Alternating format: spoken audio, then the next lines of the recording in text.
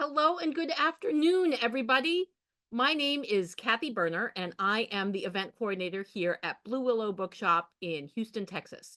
We are so excited to host this virtual event with Charlotte Stein celebrating her new book, How to Help a Hungry Werewolf. Charlotte will be appearing in conversation with Olivia Dade, and we are so excited. Please join me in welcoming Charlotte and Olivia to the screen. Hi. Hi, friends. Hello, everybody. So excited to have you here. Thank you so much for taking times out of your evenings to spend time with us during the day here in Houston. One of the beautiful things about Zoom. No, thank you for doing all this, Kathy. Thank you, and thank you to Olivia for being here. Well, I was so honored to be asked. As Charlotte knows, I'm a very longtime fan of hers. And she's one of the reasons I started writing.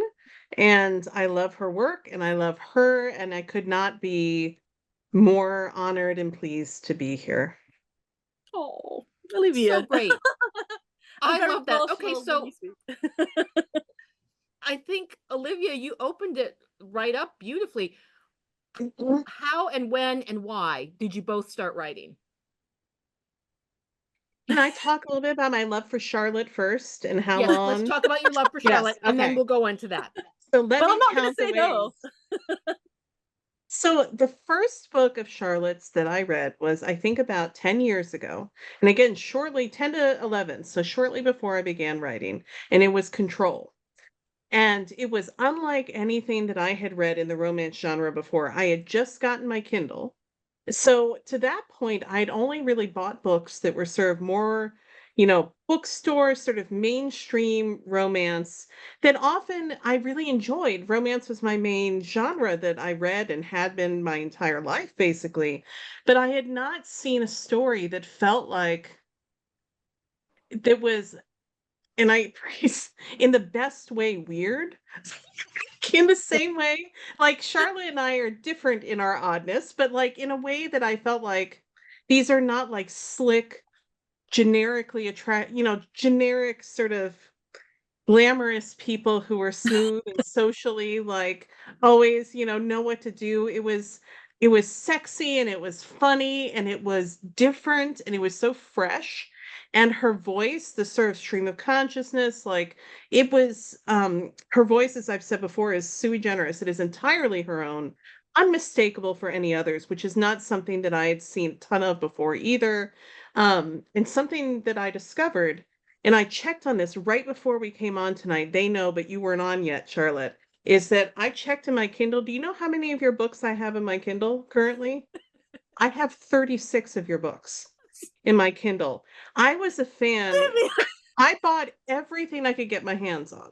Everything of yours. So, like, you wrote, futuristic sci-fi romance, and you wrote, reawakening with zombies, and you wrote, like, sort of fairy tale, like a fairy tale one, and you wrote contemporary, you wrote erotic romance, and you wrote menage, and you wrote all of it, and I read all of it because it was all so recognizably you in a way that I loved because your voice was so distinct, so funny, so witty, and just very immersive. And I just think that you are amazing. And I am so excited to see you getting the audience that you deserve.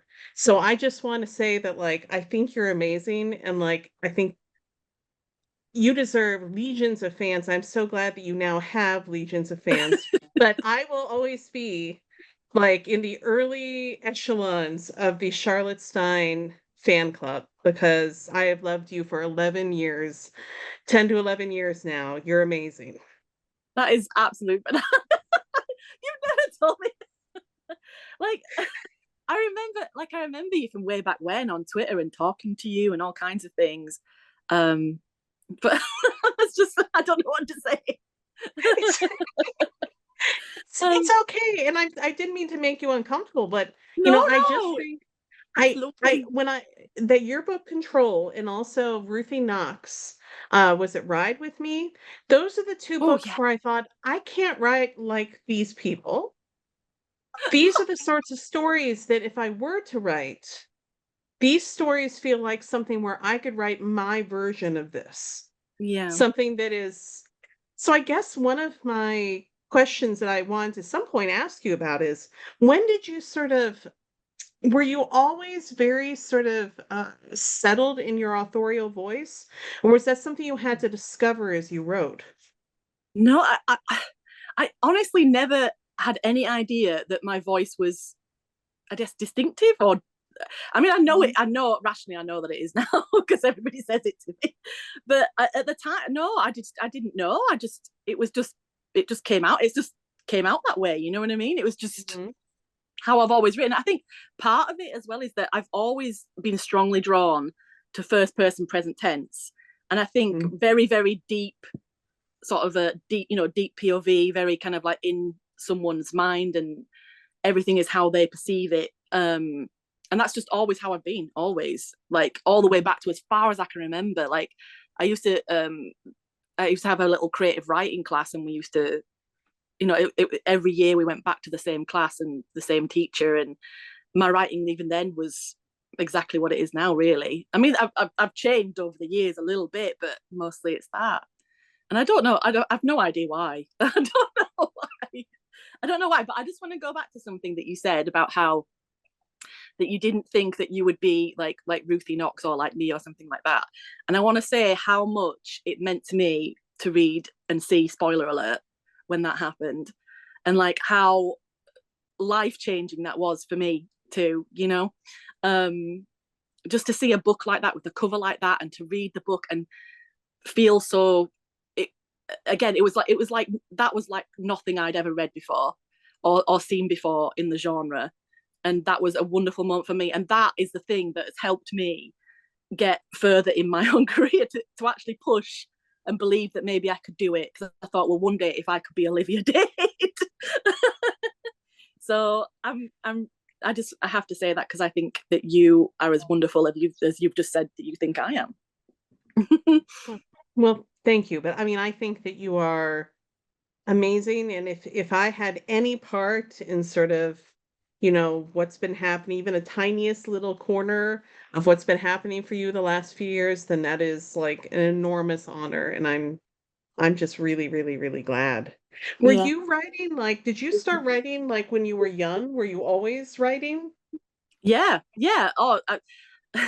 I thought that I'd first sort of started kind of really being a writer, when I was about 13 or 12 or 13, something like that. But my mum actually dug up a little story that I wrote when I was like 5 or something, and it was like a tiny little once upon a time there was a princess or something kind of thing.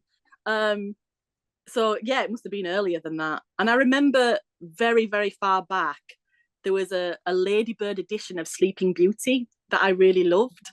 And I Mhm. remember, but I didn't like some of the things about it. So I remember actually rewriting it as I wanted it to be, which is pretty much what I do now. So yeah, so it was a long, long way back. Yeah, for sure. When did you start thinking you might want to sort of write for publication? Like, was that always sort of your dream or? Yeah, like when when I was 13, and like I say, that's when I thought that I first started. I Mhm. I wrote like I've said this before. Some people might know what it is, but I wrote a sort of like, I filled like this green hardback notepad thing with an entire, what I thought was an entire book. It was probably about 20,000 words, and it was two vampire brothers, like the Vampire Diaries. And yeah, and I definitely knew then I want to be a writer. I want to be published. That's absolutely for Mhm. certain. Yeah. So, sort of publishing now, I mean, we've both been through various iterations of publishing. I think if I understand your history correctly, we both started out with digital first publishing, where you don't get paid in advance. And there's frankly was at the time very little money spent on any aspect of it. And Oh but they gosh, put it yeah. out, it was basically the answer to indie publishing, self-publishing. And so a bunch of publishers had sort of a digital first wing.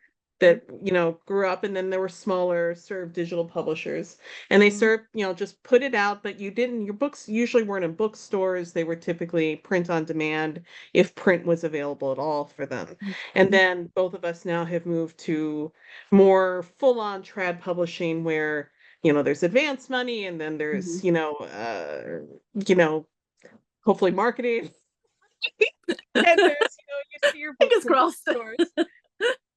Um, so what parts that, like, when you dreamed about sort of publishing and being published as, a 12 or 13-year-old, what parts of that, like, have parts of that sort of held true, like, come true? And then what parts are sort of different from what you anticipated? Um, I think when I dreamt of it, it was like what I'm doing now, which is absolutely bonkers. Yeah, this was how I imagined it. This was, I thought I'd be in bookstores and I'd maybe get on, like, but maybe occasionally get on tables and things like that.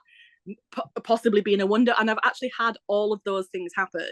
So I think if I went back and told little me this is what it'll look like, I think she'd be absolutely astonished. Yeah, I mean, for a long, long time when we were in the trenches in the sort of digital ebook only publishers and things like that, there was a lot of times when I thought, well, that dream's never going to be happening. But I was still kind of happy because I thought, well, I'm writing. I went full time off a lot of the sort of ebook publishers. I didn't do too badly. So I was like, well, it's happening. And then the bottom fell out of all that, and I thought, oh well, that's that over.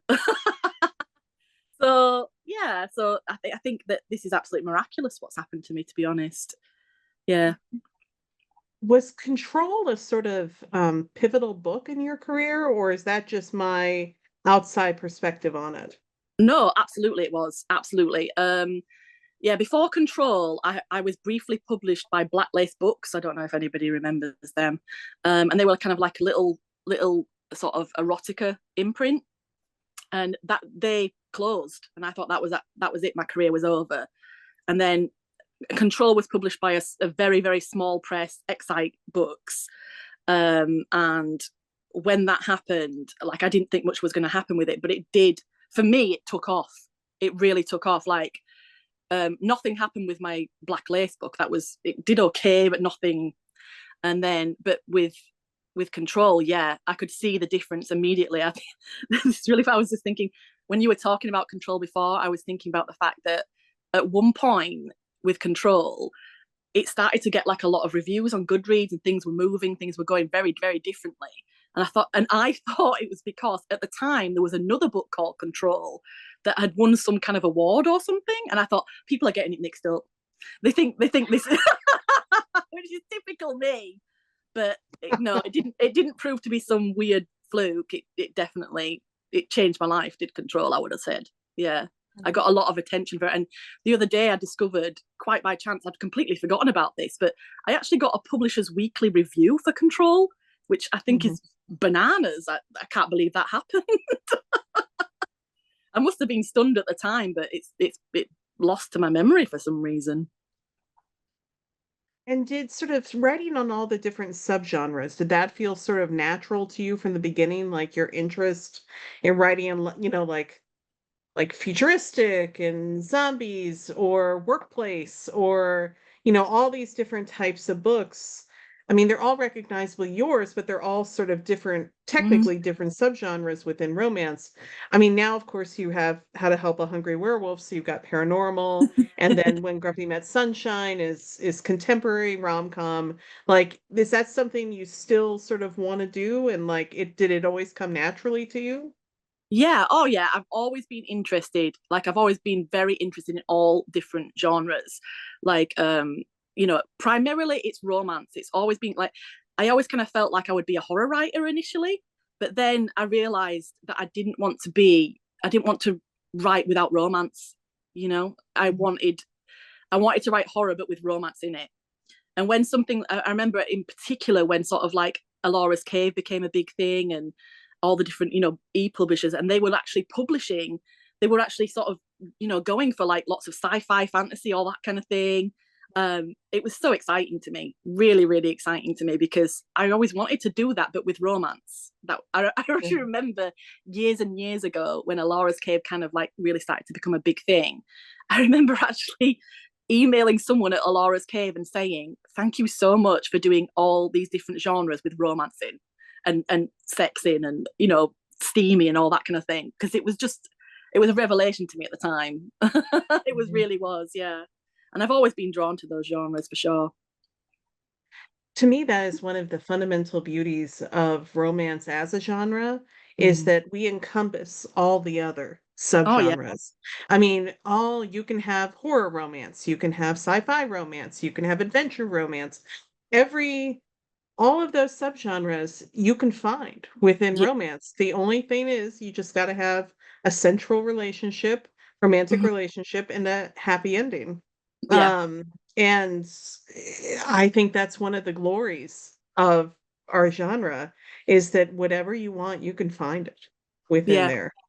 Absolutely. 1,000,000%. It's one of the reasons as well why I got excited when, sort of rom-com started happening, and romantasy and things, because I just love the variety. I just love all the different aspects and different things, and the different things for everybody. It has always thrilled me. Always, always. Yeah, I really love it. It's great.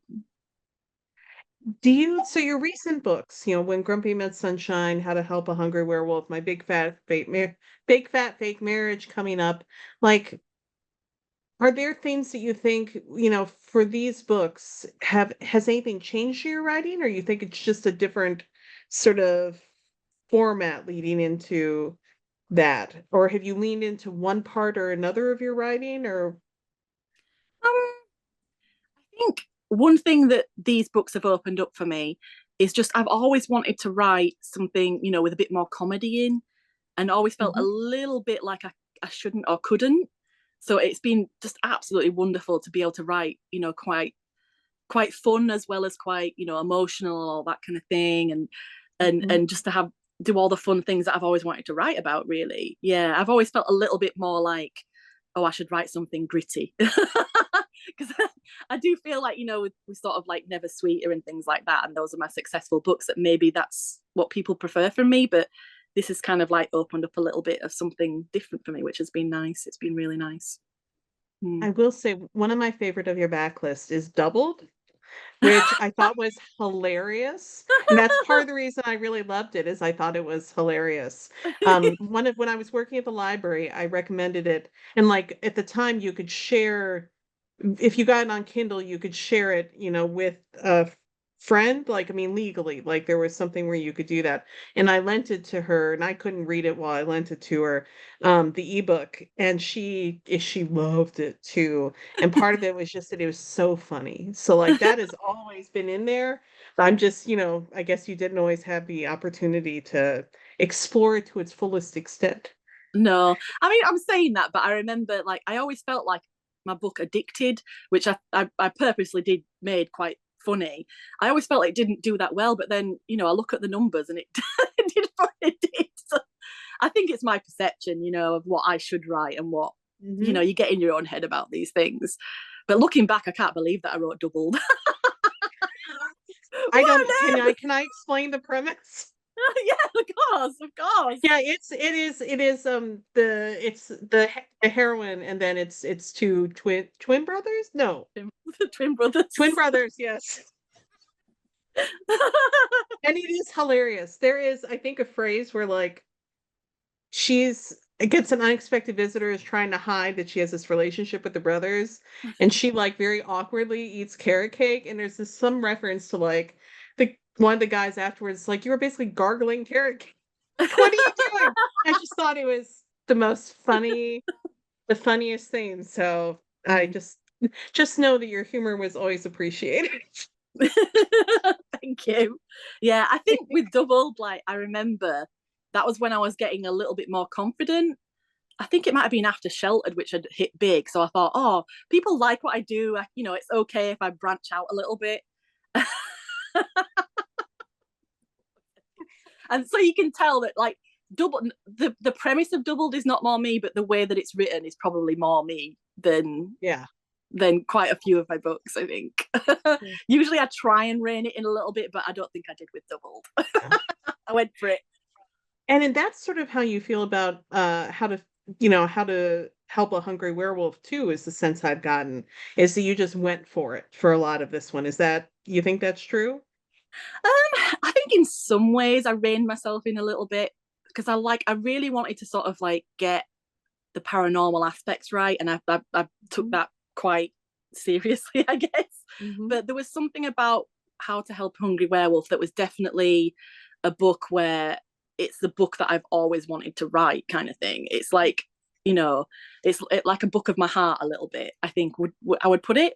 Yeah, I mean, I definitely, like, I've always, always, always wanted to write a book that was like, there's all the things about like True Blood and things like that that I loved, Mm-hmm. all the paranormal romances that I've loved over the years that, I've just, like I mentioned the other day, the author Stacey Kane, and how I used to look at her books and read her books and think, wow, what it would be like to do something like that in the romance genre and have a trad deal and do all that kind of thing. So yeah, it was definitely kind of a big dream of mine to write a book like this, and I wrote it from my heart, I guess would be the way that I would put it. Yeah. Are there certain aspects of the book, like what are the aspects of the book that bring you the most joy, sort of in the writing or in when you reread it? Like what are the parts that bring you the most joy? I would say just I absolutely adored writing things like the sentient microwave, Pod the talking raccoon, just all that kind of stuff, and just like all the kind of like writing my own versions of like fairy orgies and and just sort of like writing the As house. opposed to all the other versions of Fairy Orgy? Just like writing a fairy world that felt very me, like just putting my own Mhm. kind of like Mhm. spin on things, I guess. Like Mhm. I like paranormal very much, that is very kind of like almost grounded. Like it's very fantastical, but at the same time, some things about it are very ordinary and very kind of mundane. And like Mhm. it, it, I like writing in a way of like, if you truly discovered these things had happened, like it would be fantastic and you'd be amazed. But at the same time, you'd be like, oh, it's quite ordinary. They just live their little lives and things like that. And that's what I wanted to do with it. Yeah. Mhm. Yeah. That's sort of even how I thought about, theoretically, my spoiler alert series in theory is a straight on contemporary romance rom-com, but there is somewhat not ridiculous situations, but like not normal everyday situations. But Mm-hmm. sort of my goal was always to take those normal everyday situations and play it straight. Yeah. Like, if someone were in this position, how would they Yeah. react and what would it be like, to make it so that there's sort of recognizably human reactions to Yes. somewhat ridiculous circumstances in many Mm-hmm. cases. Yeah. So, I think that's why your writing speaks to me so much and why I love your books, is because you have that same urge as I do. Urge. You have that same kind of instinct as I do to kind of like write these quite fantastical situations, um, and then kind of make them very grounded and make the reactions real, make people's reactions be what people's really reactions really would be. That is my favorite sort of writing, hands down, and you absolutely nail it every time. So yeah, it well, makes me thank very you. happy. Mm. I have my paranormal romance I have coming out this next year, Zom rom-com. I thought about having that be I wanted to talk about that because Reawakening is the zombie romance of yours I read. I also really loved Kylie Scott's Flesh series, Oh yeah. and they both have the same thing where they're like, Mm. again, it's a different tonally than what I do, but Mm. like it is taking this sort of situation Mm-hmm. and again, first of all, making it a believable romance, but also sort of saying, if this was a situation, let's play it straight. Like, what would it be like? And, your case, sort of thinking through, like, how would you survive? And even Mm-hmm. amidst of like, you know, a menage, you know, how would you survive? How would it end? Yeah. Under what circumstances would it end? I just, so I owe, and I've told Kylie this as well, just I owe both of you enormous, Mm. gratitude for sort of writing zombie romance so that I knew that this was a thing that could be done, and I could just do it in my way, which is different from what you all did, but I knew that it could be done and done beautifully because both of you all did already.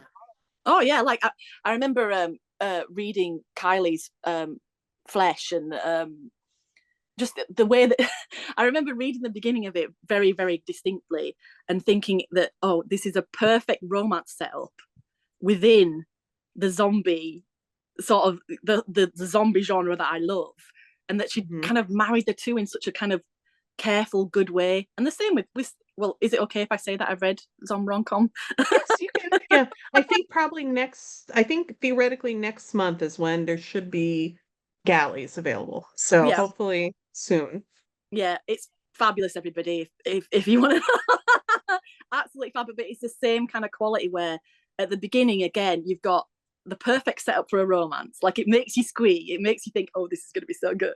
But it's like you've got all the fantastic world building in there, and you've married the two and kept it grounded. Like it's still it reads real rather than like a romance setup or like a zombie setup. It reads like these are just things that are happening to these people, which is that's what I want. Like I say, it's fantastic. It's a fantastic book. I think people are going to really love it.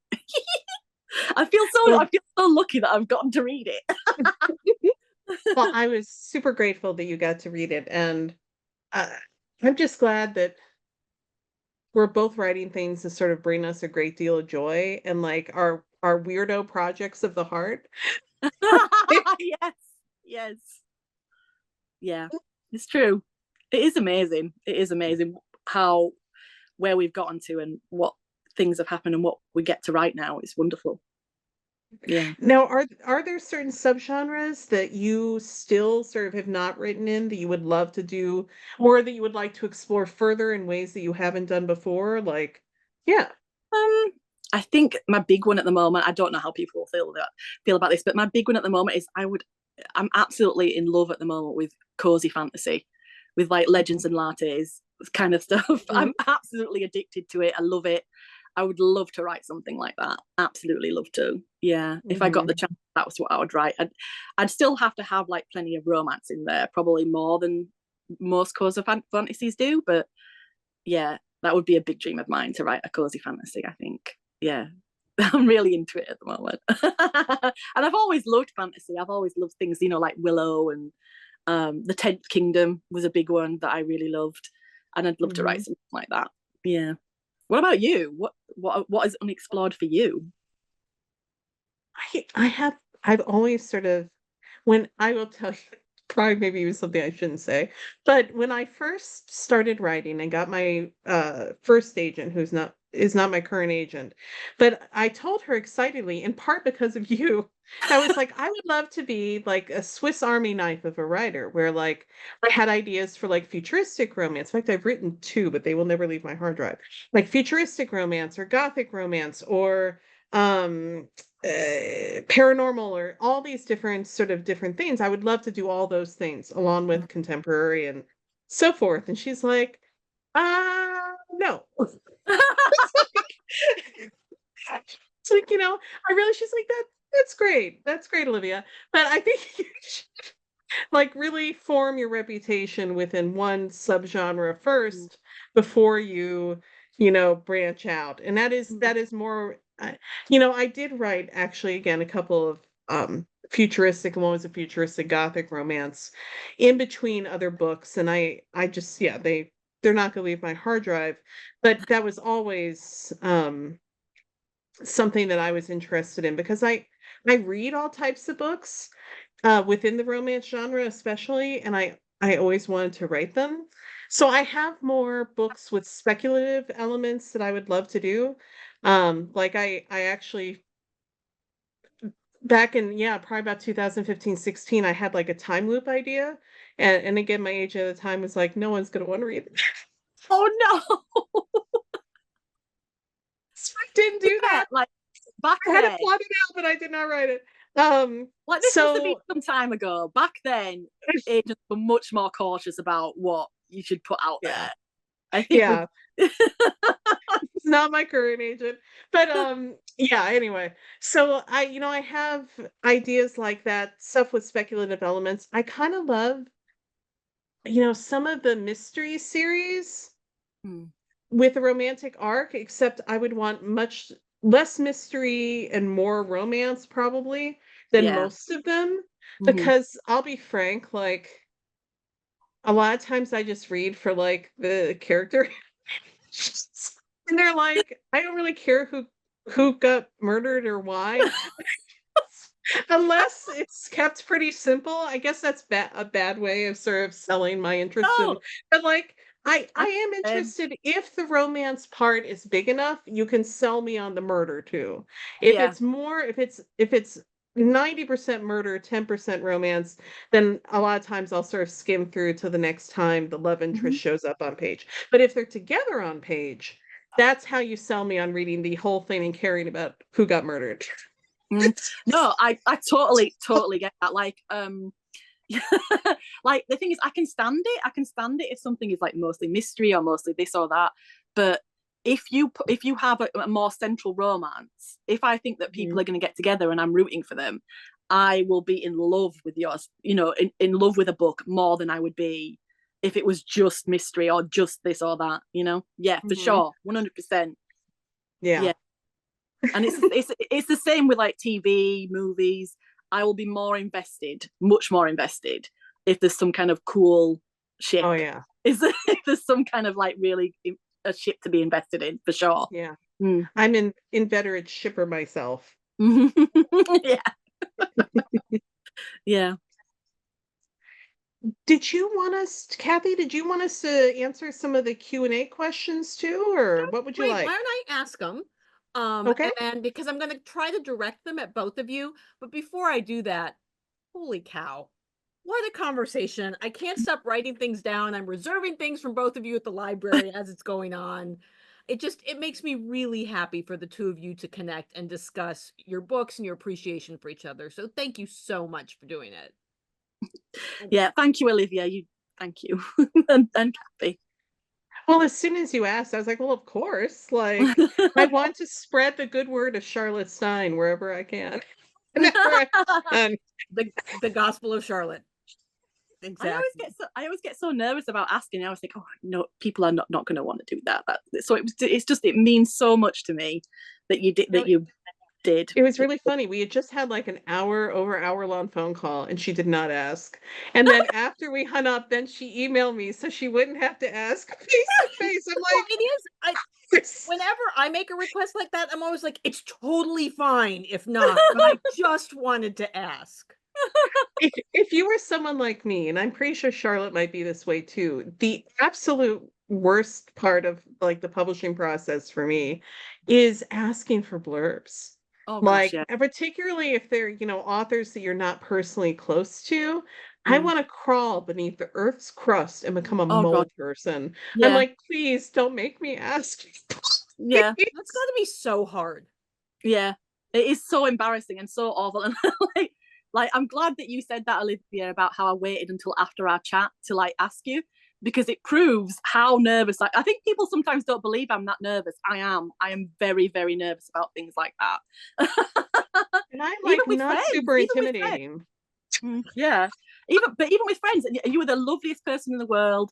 You're not intimidating, you're not anything like that, and I still feel extremely nervous. And like you say, it gets even worse if it's an author I don't know asking for a blurb, things like that. It's Right. so hard for me, almost impossible. In fact, I think every single person I asked for a blurb for When Grumpy Met Sunshine was somebody I already knew and thought maybe they would say yes.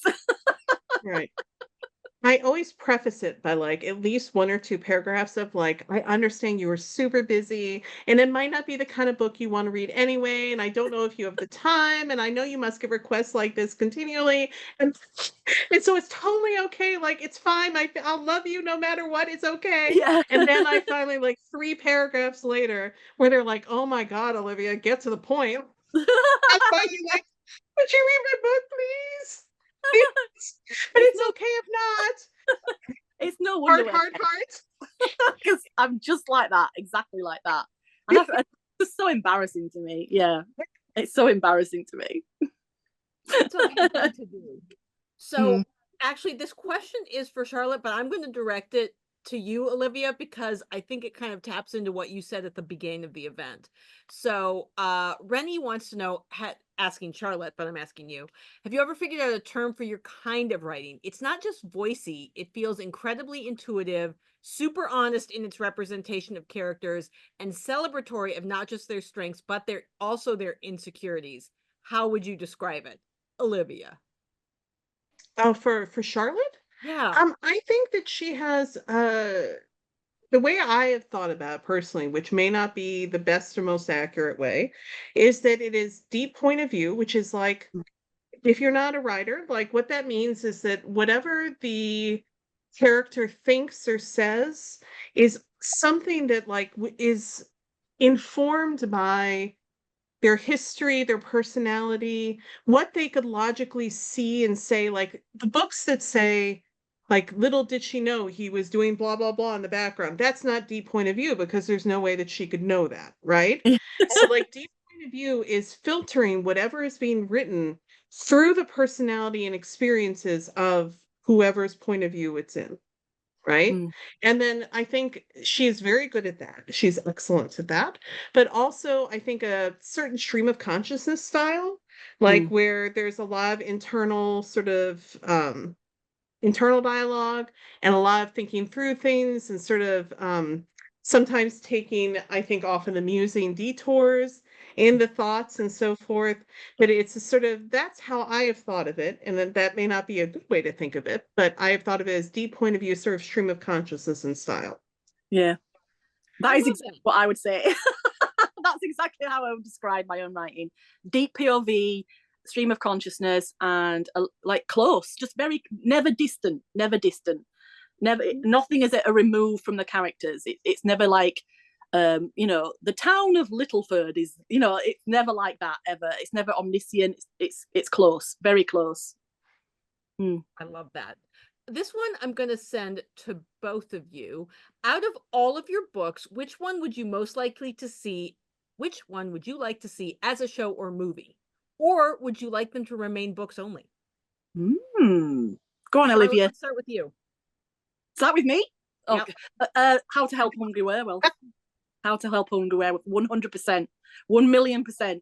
Not even saying that just to promote the book right now. That is, if I could have any one be a TV show of any description, it would be How to Help Hungry Werewolf. 100%. How about you, Olivia? I think the book that would lend itself more to a visual medium would be Zomrom-Com coming up. Like, even though I try to have like plots, books, there is still a lot of like, I have to work on, there is a lot of introspection in my novels. I would say maybe less than Charlotte, but still a lot. Which may be part of the reason we like each other's writing. But occasionally in my first draft, I will call it introspection, the novel. And so I think that there is a lot more action on page that would be easier to portray sort of in a visual medium in Zomrom-Com. Like I had a real legit plot. Move on, I do action scenes. And, there are some of Mm. those in my other books, but a lot of it is sort of internal conflict and things like that. And so but that's harder to portray on screen sometimes. So I think Yeah. Zamrom. Yeah. I think that's true for me too. I feel like probably that's why I would choose How to Help Hungry Werewolf.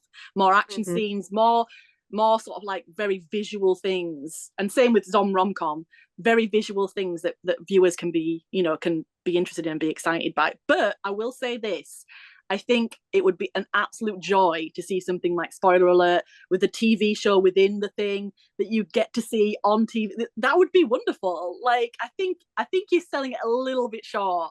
That there is definitely enough for me in something like, spoiler alert, and that series that would be wonderful to see on television. Absolutely wonderful. Yeah. I Well, totally well, agree. thank you. I can see it, and I think that would be amazing. Here is one from Jean. Charlotte, for you. Love your competent, curvy female main characters. My big fat fake wedding looks so good. is the MMC also a fat character? Yes. Yes, yes. If you want a kind of visual, it was partly inspired by the actor. Well, it's partly inspired by the character of Peter in Deadpool. If that helps at all. That's the kind of look that I was going for. Yeah, he's a bit Ted Lasso, and he's a bit of Peter from Deadpool. I love that. Here's one for both of you from Alejandra. How do you find inspiration? Are there songs or artists you listen to, or other shows and movies, or other pop culture properties? From Charlotte. for me, yeah. Well, for both of you, but we're going to start with Charlotte. Oh gosh, so much stuff inspired. Like, I have a playlist for every book I write. For How to Help a Hungry Werewolf, it was very much Out of the Woods by Taylor Swift. That was very kind of a big thing that I was listening to at the time. That kind of really fired me up. And I think just like TV shows, just every single TV show you can think of. I love TV, I love movies. They definitely inspire what I do. I think books don't inspire me in the same way. Books inspire me to do different things with my writing more than anything, and to how I sort of represent like deep POV, how I get into characters. That's how books inspire me. But the visual medium, TVs and movies, like things like True Blood, What We Do in the Shadows, Gilmore Girls, they all inspired How to Help a Werewolf, and they kind of really kind of give me little images and little things that I want to kind of make my own within something, for sure. Yeah. That's great. How about you, Olivia? I would say I would say also that I get inspiration from everywhere. I think probably it is generally less visual, maybe, Mm. than Charlotte's. I think Charlotte watches more movies, and I probably should watch more movies and TV, but that has not been what I've done as much. I have sometimes I've written a book. Literally, I wrote the book Zomrom.com because I had a little bit of time, and I have a story ideas folder where it can be one word or it can be paragraphs of sort of something I thought of as a premise. And the one word was in all caps Zomrom.com because I thought that was funny. I just thought, I was like, somebody should use that title. And then when I had a little free time and I was trying to decide, I just wanted to write something that was very different Mm. because my brain just needed a break from what I had been doing. And I was like, well, how would I even write like a zombie, a romance with zombies? It's not a romance with a zombie. It's a romance with zombies as part of the plot. How would I even do that? Like, and then my brain started sort of working through that because I was like, well, I wouldn't want them to be former humans because to me, there's an inherent sadness of like, Mm. and if I wanted it Yeah. to be like basically fun, funny, actiony without like a lot of angst, then it couldn't really be former humans. Mm. And so I was like, well, what if they were like a government project, like that Mm. went wrong? But then what would that be for? And sort of started building it from there. So and my book 40 Love was literally created because I was watching a lot of tennis at the time, and I was like, 40 Love. I was like, that'd be a great name for a book where like one of the characters is 40. And I'm like, well, what if it were reverse? Well, I hate the reverse age gap because reverse implies that there's some sort of weird gender part of that. But then the older female main Mm. character and a younger male main character, if she were turning 40. Mm. And then there are times where like the one book I ever wrote that was based on a song was my futuristic gothic romance was set like on a desert planet, and that was written in part because of Soundgarden's "Burden in My Hand," which has one of the best first Ooh. lines. I was like, "Follow me into the desert, as thirsty as you are," and I think that's that song is one of my all-time favorites, and that book in part was written because of that. But generally it's just I have a premise or a character type I want to write, or Mm. just some ridiculous situation that I think is interesting, and then I just Mm. sort of build out from there. Mm. Mm. I love that. A point of clarification, Olivia, is Zom-Rom-Com the title, or is that a genre that you're referring to? It is the title of the book, all Oh, one word, Zom Rom Com. Duh. It is not up for next month. It should go up for pre-order. It is on Goodreads, but it is not like up for pre-order yet. But it's close because it's coming Okay. out next August. As of now, next August 5th. Okay. Thank you, because I was looking on one of my sources and I could not find the title, but I'm excited. That's fantastic news. Yes. So, before we get to our last question, I just have to thank the audience. Your questions have been so great and your chat has been so kind and generous. I'm so grateful to you for participating. And to Charlotte and Olivia, like I said earlier, what a joyful conversation. It's really, really lovely to get a chance to hear the two of you talk to each other and about each other. So thank you so much for your time. No, thank you, Kathy, and thank you everybody for coming, and Olivia for doing this. Just thank you, everyone. It's been wonderful. It's been so easy again. Like, I always get really nervous, but it's just I have lovely friends, and they make things very easy. That's excellent. So the last question that we typically ask in a virtual event is, can you tell us a book of your heart? So Olivia, I know you brought one for show and tell. Olivia, you go first. You go first. Okay, so you have to realize I'm just turned 48 yesterday. Happy And birthday. thank you. And I was reading romance from the time I was like 7 or 8. So I'm pretty versed in romance from the early 80s on. And I was working at a used bookstore in high school and between semesters in college too. So I was there at the beginning of the career of Look at Jennifer that. Cruzy. And back when she was writing, she was writing series romance, so Harlequin Temptation. And for a lot of people who love Jennifer Cruzy, their favorite is Bet Me, but my personal favorite is Getting Rid of Bradley. This is the original 94, came out in February of 94. It was $2.99, and I picked it up new at the time. And what I loved about it is that obviously Jennifer Cruzy is just a great writer, but Getting Rid of Bradley was hilarious. I think she's reissued it now, but it is she leaned into sort of farce in a way that suits my sense of humor very much, that you can see actually in Zom rom-com, especially like my love of farce. And it is it is so deeply entertaining to me. To me, it's like a little jewel. You know, sometimes people, I think, look down on series romance, um, Harlequin romance, whatever, sort of as being lesser than a single title romance. But for me, it is a skill to Oh have a yeah. complete story that is within a very limited space because they have a limited word count typically, and to have a complete story in there. And like a lot of excellent authors, part of the reason they're excellent is they came up in series romance. Yeah. And Jennifer Cruzy is one of them. And to me, even, Bet Me was a single title, like longer one. To me, Getting Rid of Bradley is one of the most entertaining romances to this day I've ever read, and was inspirational to me when I started writing. Like, I'm not Jennifer Cruzy. I would not be, I'm not going to be mixed up with Jennifer Cruzy anytime soon. But sort of her humor and what she did was very inspirational for me. Oh, what a fantastic On answer. that note, I just downloaded it from the Harris County Public Library. I know what I'm reading after this event. I'm so excited. I can't wait. I want to read it just because it's got Bradley in the title. I think that's incredible. But yeah, your description really, I want to read it now. Yeah, for sure. That sounds great. So Charlotte, what do you have?